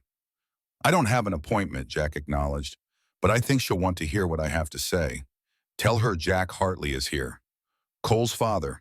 The housekeeper disappeared. 5 minutes later, Catherine Mercer herself appeared in the doorway. She was exactly what Jack had expected. Impeccably dressed, perfectly composed, radiating the kind of confidence that came from never having to worry about money. Mr. Hartley, I didn't invite you. No, you didn't, but we need to talk about your daughter and my son. I have nothing to discuss with you. That's where you're wrong, Jack said calmly, because whether you like it or not, our kids are in love. And what you're doing right now, the board members you are calling, the articles you're leaking to the press, the false complaints your lawyers are filing, it's not protecting Sloane. It's hurting her. Catherine's expression flickered just for a second. You don't know what you're talking about. I know exactly what I'm talking about. May I come in, or are we going to have this conversation on your doorstep where your neighbors can hear? Catherine stepped aside, not graciously but pragmatically. Led Jack through a foyer that probably cost more to furnish than Jack's entire house, into a sitting room with furniture that looked like it belonged in a museum. Say what you came to say, Catherine commanded, remaining standing. Jack took his time, settling into one of the expensive chairs, refusing to be intimidated by wealth. My wife died 23 years ago, cancer, left me alone with a 7-year-old son and not nearly enough money to give him everything I wanted to give him. You know what I did? I'm sure you're about to tell me. I taught him that value has nothing to do with how much money you make. That being a good man means showing up when things are hard, treating people with respect, and working for something bigger than yourself. Cole grew up in a rent-controlled apartment, wore secondhand clothes, learned to fix things because we couldn't afford to replace them. And you know what? He's a better man than most of the wealthy kids who had everything handed to them. How touching, Catherine said coldly. But my daughter, your daughter, built a billion-dollar company before she was 35. Jack interrupted. She's brilliant, driven, and successful beyond anything most people achieve in a lifetime. So tell me, Mrs. Mercer, is she proud of you? The question landed like a physical blow. Catherine's composure cracked just slightly. Excuse me, your daughter, when she thinks about you, does she feel pride, gratitude, love, or does she feel controlled, manipulated, and suffocated by expectations she can never meet? You don't get to come into my home, and I can see it in how you're acting. Jack continued relentlessly but not unkindly. The board members you're calling, the lawyers filing false reports, the articles questioning her judgment. You're not protecting her. You're trying to control her because you're terrified. Terrified of what? Of her being happy without your approval, of her choosing a life you didn't script for her, of her finding something real with someone who doesn't fit your vision of suitable. Catherine sat down abruptly, her armor showing cracks. You know nothing about my family, about what I've sacrificed for Sloane. Then tell me, Jack said gently. Because I'm listening. And Catherine, to her own surprise, did. Told him about her husband, about the infidelity and the lies, and the humiliation of discovering he'd been planning to leave her for months before his fatal car accident. Told him about paying off his debts, about using her family money to give Sloane opportunities, about the terror of watching her daughter potentially make the same mistakes. I don't want her to end up like me, Catherine said, and for the first time her voice shook. Successful but alone, powerful but powerless over her own happiness. I thought if I could guide her toward the right kind of man, someone from our world who understood our expectations, she could avoid my mistakes. But she's not you, Jack said quietly. And Cole is not your husband. He's a mechanic's son electrician. And yes, he is. He's also honest, hardworking, and completely devoted to your daughter. I've watched Cole fall in love with Sloane over 3 years, watched him manufacture emergencies to save her from dates she didn't want to be on, watched him protect her and support her and never ask for anything in return. You want to know if he's after her money? He turned down opportunities at companies that would pay him twice what Apex does because he wanted to work for her. You want to know if he's using her? He wrote a resignation letter and was planning to quit rather than put her in an uncomfortable position. Catherine was quiet processing this. Your daughter is not weak, Jack continued. She's not making a mistake. She's making a choice to build a life with someone who sees her as a human being rather than an acquisition or a status symbol. And you can either support that choice or you can keep fighting it. But I promise you, if you force her to choose between you and happiness, you'll lose. And you'll deserve to. How dare you, I dare, because I've already lost someone I loved. Jack's voice was rough with old grief. My wife died, and I never got to tell her half the things I should have said. I never got to fix the fights we had over stupid things that didn't matter. And I've spent 23 years knowing that time is precious and you don't waste it on pride or control or fear. You use it to love the people you have while you still can. Catherine's hands were shaking. She clasped them together, trying to regain composure. So here's what I'm asking, Jack said. Not as Cole's father, but as someone who understands loss. Stop fighting this. Stop calling board members and planting stories and creating crises. Give them a chance to prove that what they have is real and good. And if you can't do it for Sloane, do it, because someday you're going to look back on this moment and you'll regret every obstacle you put in the way of your daughter's happiness. And if they fail, if it doesn't work out, then they fail, Jack said simply. But they'll have failed trying to build something real rather than succeeding at something hollow. And Sloane will know you trusted her judgment, which is worth more than any arranged marriage to someone suitable. Catherine stood and walked to the window, looking out at her perfectly manicured garden. For a long time she said nothing.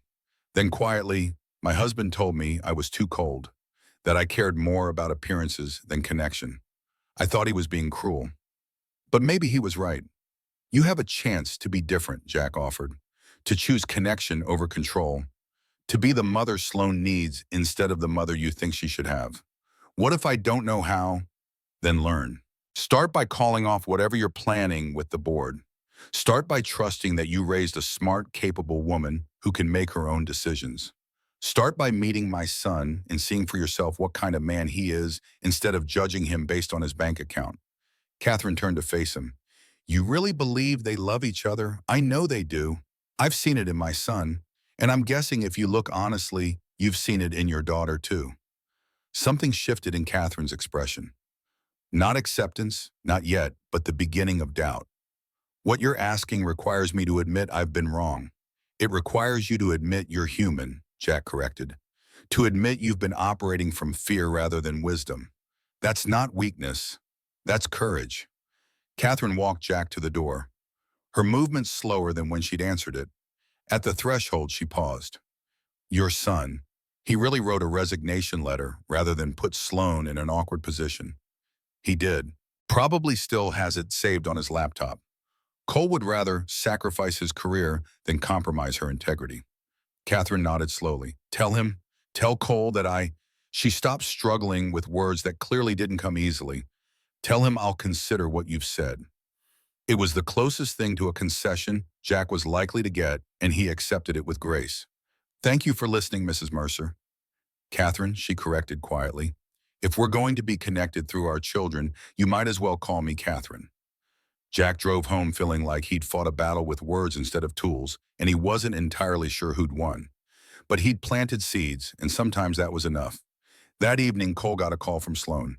Her voice was shaking somewhere between laughter and tears. My mother just called me, for the first time since the article dropped. She didn't apologize, didn't say she was wrong, but she asked. She asked me to tell her about you, about us. Actually asked instead of dictating. Cole felt hope flicker in his chest. My dad went to see her today. I was terrified about what might happen. Whatever he said got through to her. I don't think she's completely on board yet, but she's not actively sabotaging us anymore. She called Bradford Langley and told him she wouldn't support a vote of no confidence. She withdrew the complaints her lawyers filed. The relief was dizzying. So we have a chance, Sloan confirmed. The board meeting is still happening next week. Bradford is still pushing his agenda. But without my mother's support, he doesn't have the votes to force me out. They talked for another hour, making plans and discussing strategy, and simply enjoying the feeling of not being under siege. When they finally hung up, Cole immediately called his father. Dad, whatever you said to Catherine Mercer, I just reminded her that love is rarer and more valuable than any amount of money or status, Jack said. And that sacrificing your daughter's happiness for the sake of appearances is a poor trade no matter how you calculate it. She listened. She's scared, son. Scared of losing Sloan, scared of being wrong, scared of a world she doesn't fully understand anymore. But underneath that fear, she loves her daughter. I could see it. And love, even when it's expressed badly, is still love. Cole felt his throat tighten. Thank you for fighting for us. That's what fathers do. Jack said simply, now go build something worth fighting for. The week leading up to the board meeting was tense but no longer desperate. Cole continued proving himself in strategic operations, completing a comprehensive analysis of a potential merger that Garrett said would save the company from a costly mistake. Sloan managed board politics and client relationships with her usual brilliance, showing no sign of the pressure she was under. And slowly the office gossip began to shift. Not everyone was convinced, but enough people had seen Cole's work, had heard Dutch's defense in the cafeteria, had noticed that Sloan seemed happier than she'd been in years, that the narrative started to change. By Friday evening, the night before the crucial board meeting, Cole met Sloan at his apartment. It was the first time she'd seen where he lived, a modest one-bedroom in the Sunset District with furniture from IKEA and walls that needed painting. She looked around with genuine curiosity, picking up books from his shelf, examining the photos of him and his father, taking in the details of his life outside work. This is you, she said finally. This is who you are when you're not performing for anyone. This is me, Cole confirmed. Not impressive by any metric that matters to Silicon Valley. Sloan turned to face him. It's perfect, because it's real. You're real, and I'm so tired of things that look beautiful but feel empty. They spent the evening going over strategy for the board meeting one more time. Then they stopped talking about business and just existed together, watching an old noir film that Sloan loved, eating takeout from the Thai place down the street, pretending for a few hours that they were just two people in love, instead of two people preparing for battle. Around midnight, as Sloan was getting ready to leave, she stopped at the door. Whatever happens tomorrow, I want you to know something. These past 3 years, all those rescues, all those nights at Sal's, all those moments when you made me feel like I could be myself, those weren't leading up to this moment. They were the point. Even if tomorrow goes badly, even if we lose everything, I won't regret any of it. Cole kissed her slow and deep. Tomorrow won't go badly. We've done everything right. We've been transparent, ethical, professional. We've proven that our relationship doesn't compromise our judgment. And we're walking into that boardroom together, not as CEO and employee, but as partners. Partners, Sloan repeated, testing the word. I like that. So do I. After she left, Cole stood at his window looking out at the fog rolling in from the ocean. Tomorrow would determine whether they could have both love and career, whether the world was ready to accept that someone like him could be an equal partner to someone like Sloan. He thought about his father's words, about his mother's choice, about the value of building something real, even when it cost everything else. And he decided that regardless of what the board decided, he'd already won the only thing that mattered. He had Sloan's love. Everything else was just details. Saturday morning arrived with crystalline clarity. the kind of weather that made San Francisco feel like a postcard of itself. Cole woke at 5:30, too anxious to sleep, and went for a run along Ocean Beach. The Pacific stretched gray and vast to the horizon, waves breaking in steady rhythm, indifferent to human drama. He ran until his lungs burned and his mind cleared until the anxiety transmuted into something closer to readiness. By 7, he was showered and dressed in his best suit, the charcoal one he'd worn to that first interview 3 years ago.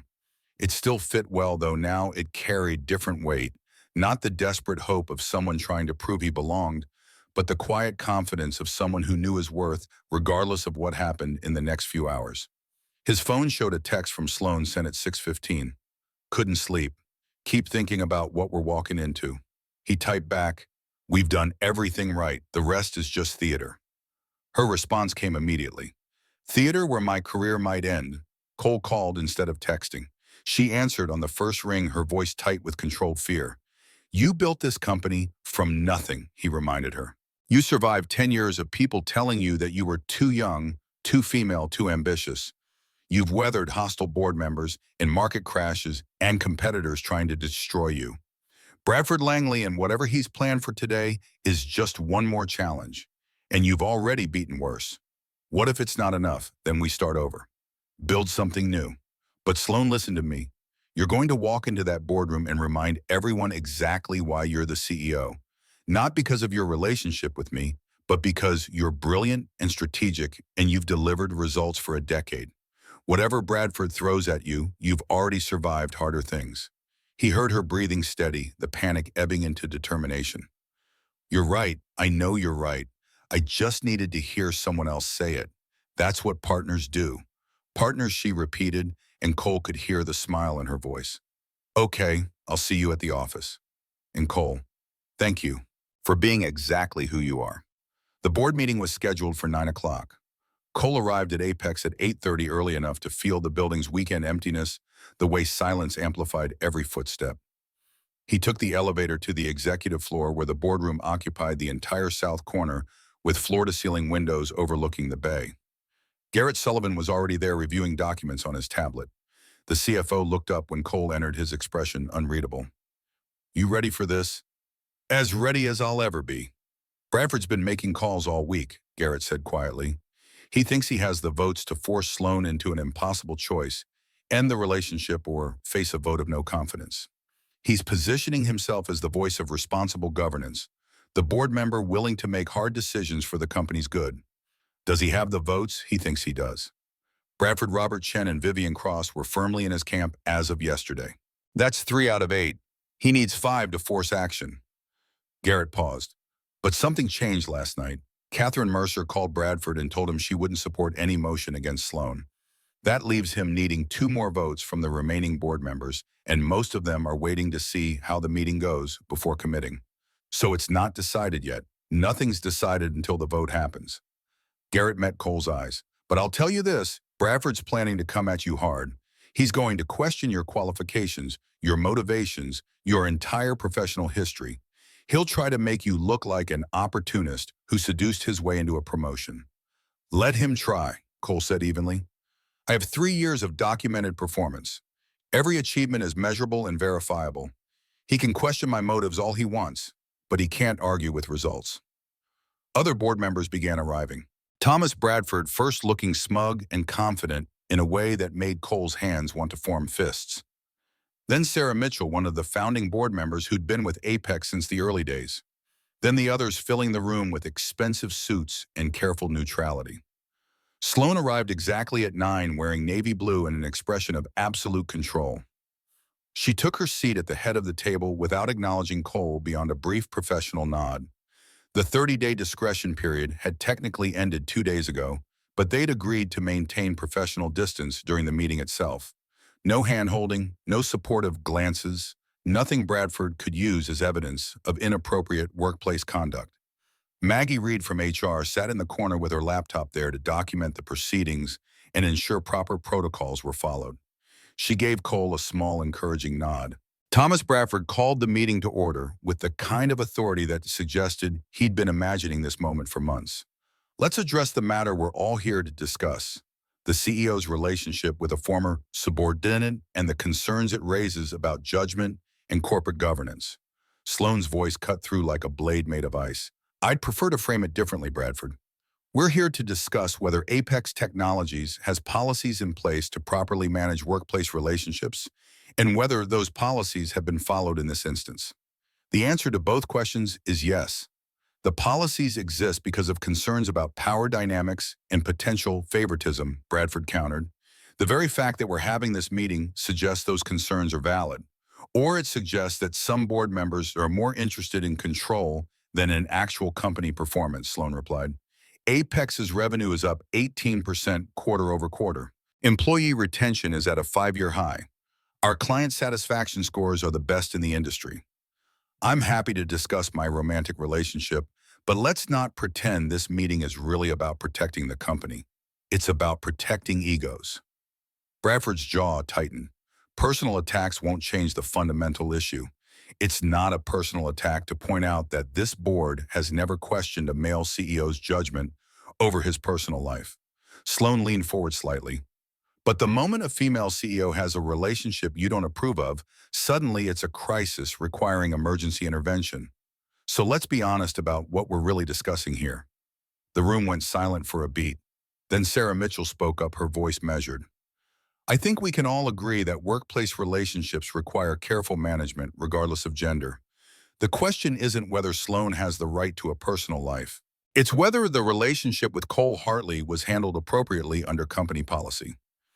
It was Maggie Reed interjected from her corner. I've completed a thorough investigation. Every aspect of their relationship, disclosure, and management has followed proper protocols. Mr. Hartley transferred to a different department with a different supervisor.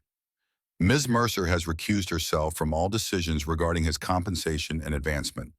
There's no evidence of favoritism or inappropriate conduct. Bradford pulled out a folder. And yet I have anonymous complaints, which your office traced to an IP address associated with Catherine Mercer's attorneys. Maggie interrupted calmly.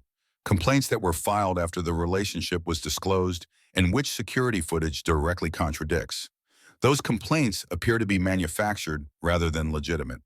Bradford's composure slipped fractionally. Regardless of their origin, the complaints represent concerns that employees may have. Employees who've never come forward with actual names or specific incidents, Garrett added. I've asked around. The rank and file aren't upset about this. Most of them think Sloan and Cole are good together. The only people who seem bothered are in this room. Because we have a responsibility to maintain standards, Bradford insisted, to ensure that personal relationships don't compromise professional judgment. And I have serious concerns about whether Mr. Hartley's rapid advancement was based entirely on merit. Cole spoke for the first time, his voice steady despite his racing pulse. I'm happy to walk through my performance record in detail if that would help address your concerns. Bradford turned his attention to Cole fully, now his expression suggesting he'd been waiting for this opportunity. Mr. Hartley, you were hired as an executive assistant 3 years ago. No MBA, no experience at a major technology company.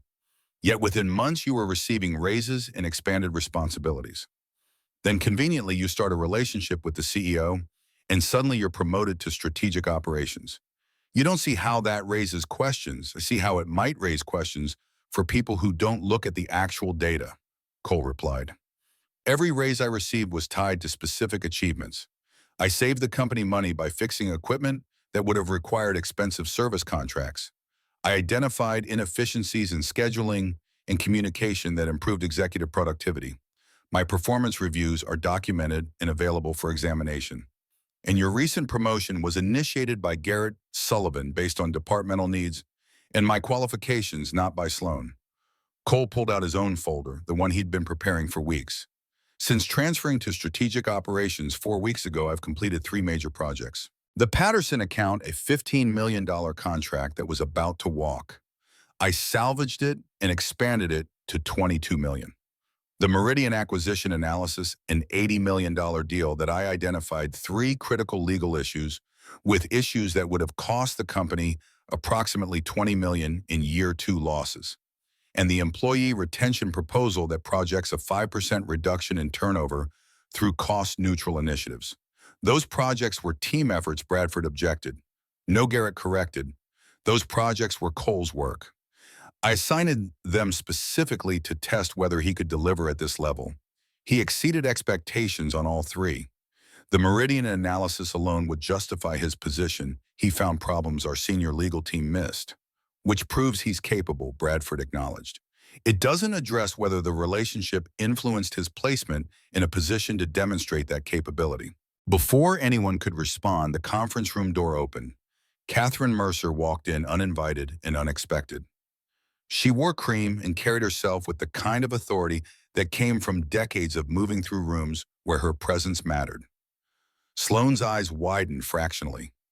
"Mother, you're not a board member, I'm a 15% shareholder," Catherine interrupted smoothly, "which gives me the right to attend board meetings if I choose to exercise it. And today I choose to exercise it." Bradford looked confused but pleased. "Mrs. Mercer, welcome. I believe we're aligned on concerns about you believe incorrectly." Catherine cut him off. She moved to the front of the room, commanding attention without asking for it. "I'm here to address this board's apparent confusion about what actually threatens this company." Bradford recovered quickly. "We're trying to protect Apex from the appearance of impropriety. You're trying to use my daughter's personal life as leverage for your own agenda," Catherine said bluntly, "and I won't allow it." The room went completely silent. Cole felt his heart hammering, unsure where this was going. "I came to this meeting planning to support Mr. Langley's concerns," Catherine continued. "I've spent the past month trying to end my daughter's relationship with Cole Hartley through every means at my disposal, board, pressure, media leaks, anonymous complaints, that I now understand were a mistake." Sloane's face had gone carefully blank, but Cole could see the tension in her shoulders. "I did those things because I was terrified." Catherine's voice was steady, but her hands trembled slightly. "Terrified that Sloane would make the same mistakes I made, that she'd choose the wrong person and end up hurt or diminished or destroyed by love gone wrong. I thought if I could control her choices, I could protect her from my pain." Catherine turned to look directly at Sloane. But someone reminded me recently that fear is a poor foundation for decision-making, that my daughter is not me, and that trying to force her to live according to my trauma isn't protection, it's control." "Who reminded you of that?" Sarah Mitchell asked quietly. "Jack Hartley," Catherine said. "Cole's father, a man who spent 40 years as an electrician and who showed me more wisdom in one conversation than I've found in decades of country club luncheons and society benefits." She addressed the board again. "Here's what I learned from Jack Hartley. That value isn't measured in stock portfolios or social connections. That integrity matters more than pedigree, and that my daughter, who built a billion-dollar company before she was 35, is perfectly capable of making her own decisions about who she loves." Bradford tried to interject, but Catherine held up a hand. "You want to question Cole Hartley's qualifications? Let me tell you what I discovered when I actually investigated rather than assumed. This young man wrote a resignation letter rather than put Sloane in an uncomfortable position. He's worked himself to exhaustion, proving his worth independent of their relationship.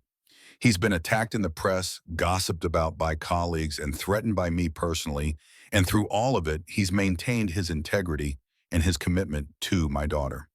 Catherine's voice softened slightly. "My husband left me, not because I lacked money or status or beauty, but because I was cold. Because I valued appearances over connection. Because I built a perfect life that felt empty. I spent 20 years being exactly what society expected, and it brought me nothing but loneliness." She looked at Sloane again, and Cole saw tears threatening in both women's eyes. "I don't want that for you. I don't want you to wake up at 60 and realize you sacrificed happiness for the approval of people who don't actually care about your well-being. So if this board tries to force you to choose between Cole and your career, they'll have to go through me first. And I promise you I am far more dangerous as an ally to my daughter than I ever was as an obstacle." Bradford had gone red in the face. "Mrs. Mercer, this is highly irregular. What's irregular is a board member using a CEO's personal life as ammunition for a power play," Catherine snapped. "Everyone in this room knows you've wanted Sloane's position for years, Bradford. You've questioned her decisions, undermined her authority, and now you're pretending that this relationship is about corporate governance when it's really about your ego." She sat down in an empty chair, uninvited but unchallenged. I'm withdrawing my opposition to the relationship. I'm also informing this board that any attempt to force Sloan to choose between her personal life and her professional role will result in me selling my 15% stake to whichever competitor offers the best price. And I assure you, I've already received very interesting offers from companies that would love to poach Apex's technology and talent. The threat landed like a bomb. 15% sold to a competitor could trigger all kinds of corporate chaos. Knowledge transfer key employee departures, strategic advantages handed to rivals. It was mutually assured destruction, and Catherine was willing to pull the trigger. Thomas Bradford, the founding board member, who'd been silent until now, finally spoke. I've heard enough. Bradford, you've made your concerns clear, but I'm not seeing evidence of actual harm to the company. Sloan's performance as CEO has been exemplary. Cole's work in strategic operations has exceeded expectations. Their relationship appears to be managed appropriately. So unless you have something beyond speculation and anonymous complaints, I suggest we move on. Bradford tried one more time. The optics alone, the optics of forcing out our most successful CEO over a relationship that doesn't actually affect her performance, would be catastrophic. Sarah Mitchell interrupted. We'd face lawsuits, media scrutiny, and talent flight. I've been with this company since the beginning, and I'm not going to watch it implode because some board members can't separate their personal feelings from business judgment. Garrett spoke up. I'd like to add something. I've worked with Cole for the past month. I've seen his work ethic, his strategic thinking, his ability to deliver results under pressure. Everything he's accomplished has been earned. And frankly, if we force him out because of who he's dating, we'll lose someone who's already proven to be an asset to this company. Cole sat quietly through the defense, letting others speak for him. But when there was a pause, he stood. May I address the board directly? Thomas nodded. Please. Cole took a breath, gathering words he'd been preparing for days. I understand the concerns about power dynamics and favoritism. Those are legitimate issues that any responsible company should take seriously. But here's what I want to make clear. I didn't pursue a relationship with Sloan because I saw an opportunity for advancement. I fell in love with her because over 3 years of working together, I came to know her as someone brilliant, driven, and fundamentally good. Someone who cares deeply about this company and everyone in it. Someone who deserves to be loved for who she is, not what she can provide. He looked around the table, meeting each board member's eyes. My father taught me that a man's value isn't determined by his credentials or his bank account. It's determined by his contributions, by what he builds, by whether he shows up when things are difficult. I've shown up for Apex every day for 3 years. I've solved problems, delivered results, and never asked for special treatment. The only thing I'm asking for now is the same thing any employee deserves: to be judged on my work, not on assumptions about my character. Cole placed his folder on the table. Everything I've achieved is documented in here. Every project, every success metric, every way I've contributed to Apex's growth. You can examine it all. And if you still believe I'm unqualified or that I'm using Sloan for personal gain, then vote accordingly. But vote based on facts, not fear.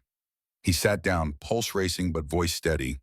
Sloan was looking at him with an expression he couldn't quite read. Pride maybe, or gratitude, or love barely contained beneath professional composure. Thomas Bradford cleared his throat. I move that we vote. The question before us is whether to support the continued employment of both Sloan Mercer as CEO and Cole Hartley in his current role, with the understanding that their relationship has been properly disclosed and managed according to company policy. Bradford objected immediately. That's not the motion I wanted. It's the motion we're voting on, Thomas said firmly. All in favor of supporting both individuals in their current roles, raise your hand. Cole watched the hands go up. Thomas first, then Sarah, then Garrett, by virtue of his proxy vote. That was 3. They needed 5 for a clear majority. Vivian Cross, who'd been silent throughout, raised her hand. 4. Then Robert Chen, who'd been expected to side with the Bradford, surprised everyone by raising his hand as well. I don't love the situation, he said, but I love the company more than I love my discomfort. Enforcing changes based on personal relationships sets a precedent I'm not willing to establish. 5. The remaining 2 board members, Marcus Webb and Jennifer Okafor, raised their hands almost simultaneously. 7 out of 8. Motion passes, Thomas said. Sloan remains CEO. Cole remains in strategic operations. The relationship is acknowledged as properly managed under company policy. Bradford, you are outvoted. I suggest you accept it with grace. Bradford stood abruptly, his chair scraping against the floor. You're all making a mistake. This company will regret this decision, or will regret wasting time on this meeting when we could have been focused on actual business, Sarah said mildly. Your concern is noted, Bradford. Now please sit down or leave. Bradford left, slamming the door behind him with enough force that the windows rattled. In the silence that followed, Sloan spoke carefully. Thank you all for your trust. I promise I'll continue to earn it. Thomas smiled slightly. You've been earning it for 10 years. I see no reason that will change now. Meeting adjourned. The board members filed out, some offering congratulations, others maintaining professional neutrality. Catherine approached Sloan hesitant in a way Cole had never seen her. May I speak with you? Catherine's voice was quieter than it had been during her testimony. Privately, Sloan nodded, still processing everything that had just happened. They moved to a corner of the room while the last board members departed. Cole started to give them space, but Catherine stopped him. No, stay. This involves you as well. She turned to Sloan, and Cole could see her armor cracking, revealing vulnerability beneath. I owe you an apology. For the past month, for the past 10 years, for every time I tried to control your life instead of trusting your judgment. I was so afraid of you being hurt that I became the person hurting you. And I'm sorry. Sloane's professional mask finally broke. Tears spilled over, and she made no attempt to hide them. Do you mean it? Or is this just another strategy? I mean it. Catherine reached out tentatively, and when Sloan didn't pull away, she took her daughter's hands. Jack Hartley asked me if you were proud of me. And I realized I couldn't remember the last time I'd done something that deserved your pride. I've been so focused on what I thought you should be that I never celebrated who you are. Mom Sloan's voice cracked. I just wanted you to see me.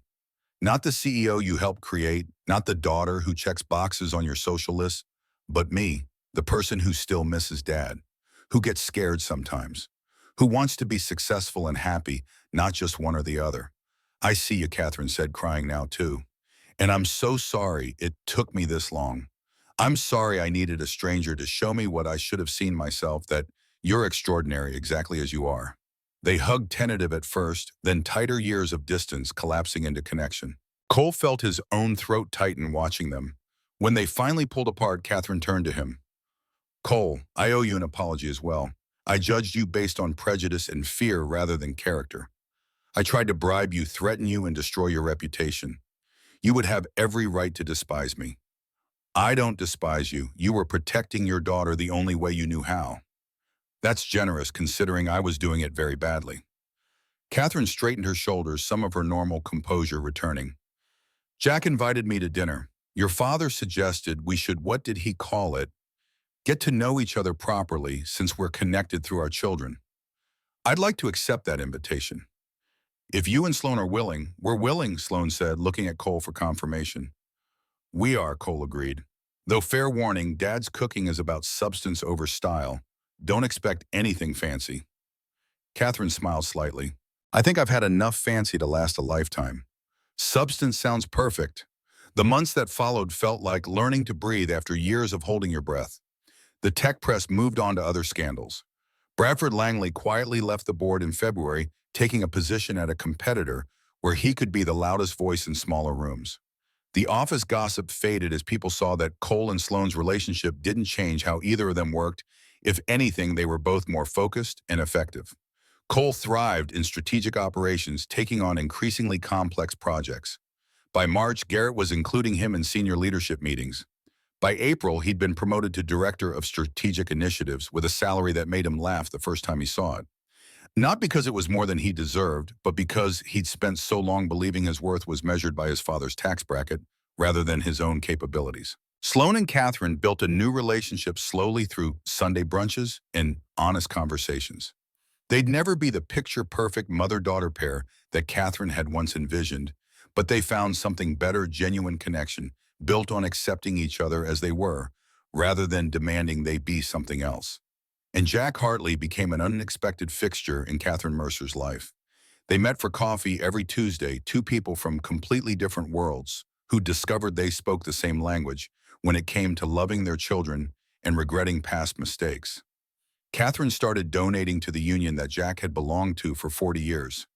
Jack started showing up at society benefits when Catherine needed someone who'd tell her the truth instead of what she wanted to hear.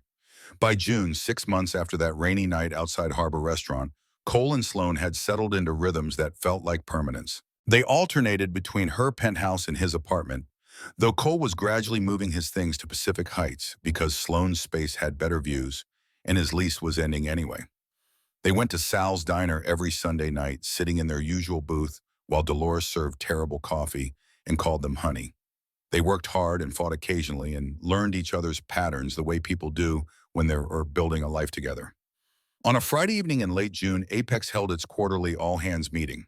Sloan stood at the front of the assembled company, 500 employees who'd grown the company from startup to industry leader and presented results that exceeded every projection.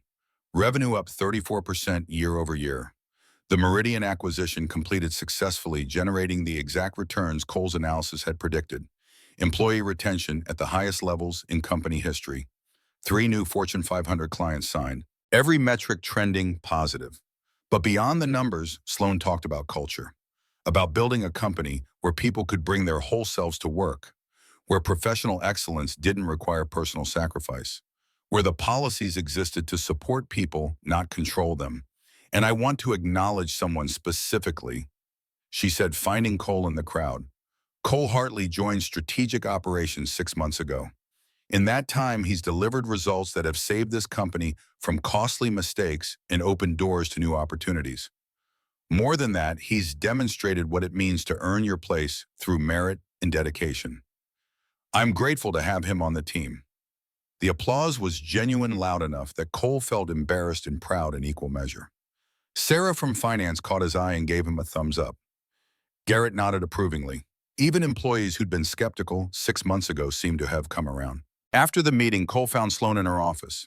She was standing by the windows looking out at the city they'd fought so hard to stay in together. That was quite an endorsement, he said. She turned smiling. You've earned it.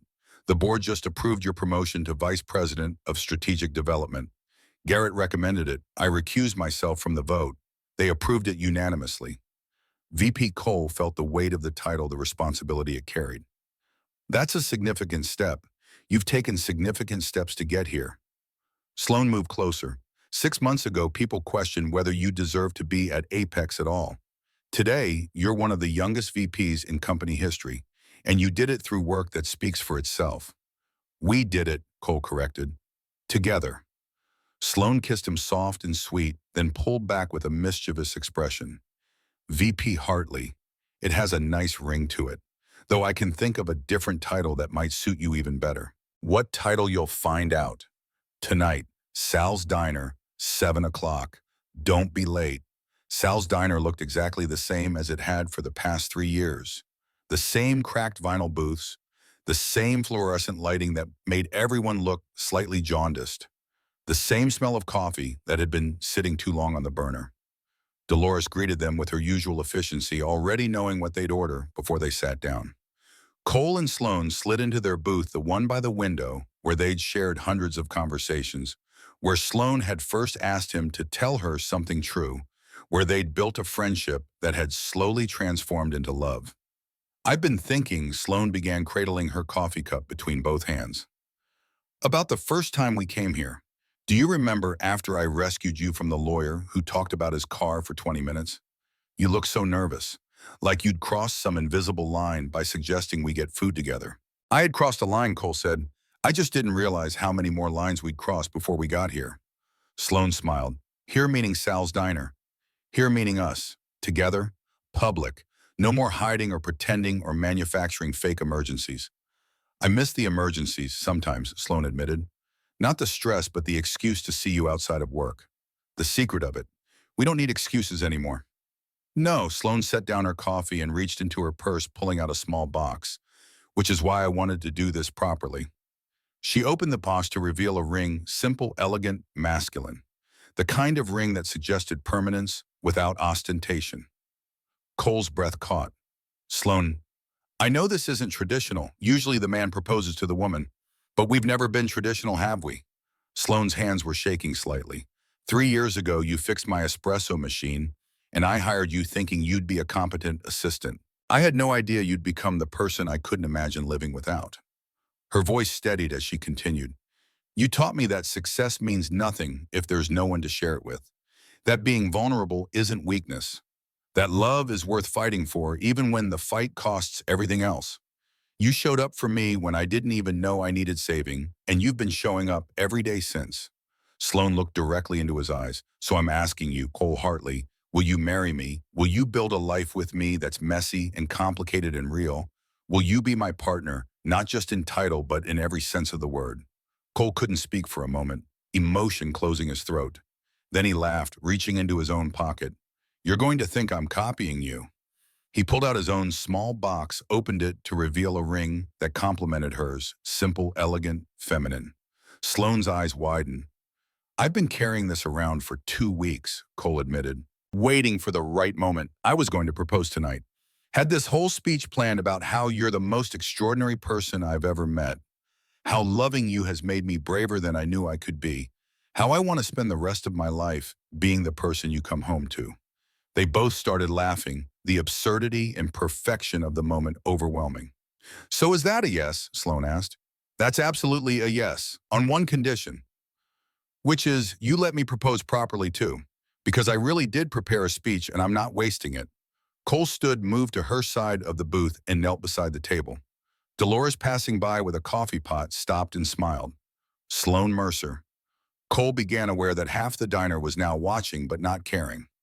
"I fell in love with you 3 years ago when you smiled at me over a cup of espresso, and I saw the real you beneath the Ice Queen armor. I fell deeper in love during every late-night conversation in this booth, when you trusted me with your fears and dreams and the parts of yourself you hide from the world."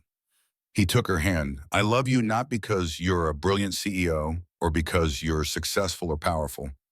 I love you because at 3 in the morning, when you think no one's watching you, let your guard down, and you're just Sloan, the woman who cries during sentimental commercials and laughs at terrible jokes and deserves to be loved exactly as she is." Cole slipped the ring onto her finger. "You asked me to be your partner. I'm asking you to be my wife, to build a life where we choose each other every single day, to prove that two people from completely different worlds can create something extraordinary together. Will you marry me?" Sloan was crying openly now, not caring about the mascara or the other diners or maintaining any semblance of composure. "Yes, yes, absolutely yes. 1,000 times yes." Cole stood and pulls her into his arms, kissing her, while Dolores and the handful of other diner patrons applauded. When they finally broke apart, both laughing and crying, Sloan held up her hand to examine her ring. "I can't believe we both planned to propose tonight. Great minds think alike." "Or hearts," Sloan corrected. "Great hearts think alike." They sat together same side of the booth now, and Dolores brought them pancakes they hadn't ordered on the house, she said, because she'd been watching them dance around each other for 3 years, and it was about damn time they made it official. Cole's phone buzzed with a text from his father. "Catherine just called me, said you proposed," or "Sloan proposed," or both. "Either way, congratulations, son. Your mother would have loved her." He showed the text to Sloan, who smiled through fresh tears. "Tell him thank you for everything, for raising you right, for talking to my mother, for showing both of us what real character looks like." Cole typed back a response, then put his phone away. This moment deserved full attention, undivided and complete. They stayed at Sal's until Dolores started giving them pointed looks about the late hour. Walked to Cole's truck. He'd finally bought something newer, though still practical, and drove through San Francisco with the windows down, letting summer air wash over them. At a stoplight near Union Square, Sloan turned to him. "I keep thinking about what you said in the board meeting, about your value being determined by your contributions rather than your credentials. That stayed with me." "Because it's true," Cole said. "My father worked 40 years as an electrician. Never made a lot of money, never had status or prestige. But he contributed something real every day, fixing problems, helping people, teaching his son what it means to show up with integrity. That's worth more than any MBA. Your father is one of the wisest people I've ever met." Sloan laced her fingers through his. "And you're just like him, not in what you do, but in who you are." The light changed. Cole drove. "When we have kids," Sloan said quietly, testing the words, I want them to know both grandfathers, the electrician and the one who died too soon. I want them to understand that success comes in different forms and they all matter. When we have kids, Cole repeated warmth spreading through his chest. I like how that sounds. They ended up at Sloane's penthouse standing on the balcony overlooking the bay. Lights from the city reflected off the water, creating patterns that shifted with each wave. Behind them, through the glass doors, the apartment waited space they'd fill, together life. They'd build together, future they'd create together. People told me I couldn't have both, Sloane said. Career and love. Success and happiness. They said powerful women have to choose. They were wrong, she agreed. Because I have you and I have Apex, and I have a life that finally feels whole instead of fragmented. Cole pulled her close, resting his chin on top of her head.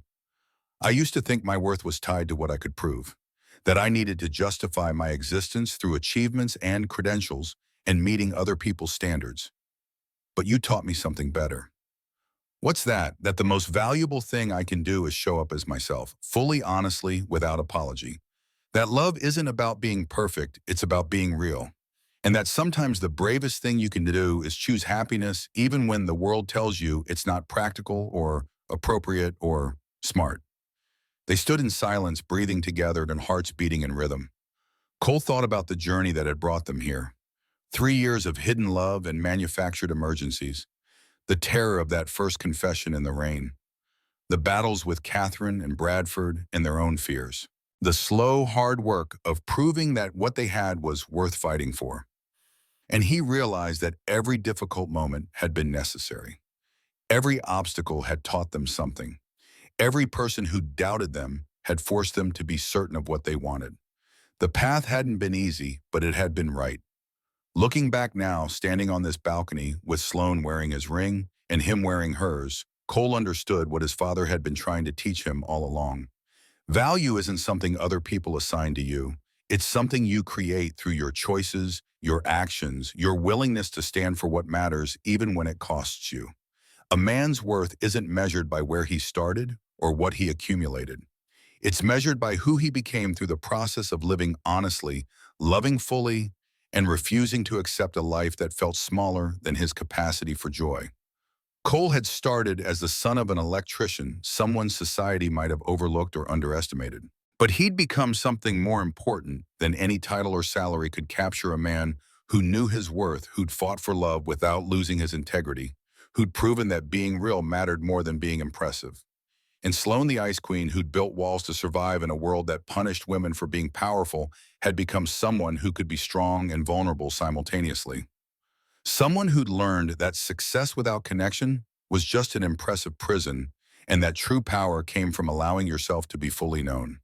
Together, they'd created something neither could have built alone: a partnership built on equality and respect, a love that enhanced rather than diminished, a life that refused to accept false choices between career and happiness. The future stretched ahead of them, uncertain in its details, but certain in its foundation. There would be challenges merging their lives completely. Planning a wedding and navigating the complexities of being both partners in love and colleagues in business. But they'd face those challenges the way they'd faced everything else together, honestly, with the courage to keep choosing each other even when it was hard. Sloane turned in his arms to face him. Tell me something true. It was the question she'd first asked 3 years ago in Sal's diner, the question that had become their private ritual. Cole smiled. I used to think the rescues were about saving you from bad dates, but really they were about saving us both, you from a life of performing, me from a life of settling. We rescued each other, and we're going to keep rescuing each other for the rest of our lives, not from emergencies, but from the fear of being less than we can be. Sloane kissed him slow and deep, tasting like coffee and promise. One more thing, Cole added when they pulled apart. The most important thing. What's that? I'm done measuring my life by other people's standards. Done apologizing for who I am or where I came from. Done pretending that love is weakness or that happiness requires permission. From now on, I'm living by one simple truth: a man's value isn't defined by credentials or pedigree or how much money he makes. It's defined by his willingness to show up for himself, for the people he loves, for the life he wants to build. And every single day for the rest of my life, I'm going to show up for you. The city lights glittered below them. The bay stretched dark and vast to the horizon. And two people who'd traveled very different paths to reach this moment stood together, finally free to be exactly who they were. In the end, that was the victory, not the board vote or the career success or the public acceptance. The victory was permission to be real, to love without hiding, to build a life that prioritized connection over convention, to prove that sometimes the bravest, most valuable thing you can do is choose happiness, even when the world insists you can't afford it. Cole Hartley had saved his CEO from countless terrible dates, never knowing she'd been in love with him all along. But the real story was simpler and more profound. Two people had saved each other from half-lived lives and learned that worth isn't something you prove. It's something you claim by living fully loving, bravely, and refusing to settle for anything less than the extraordinary.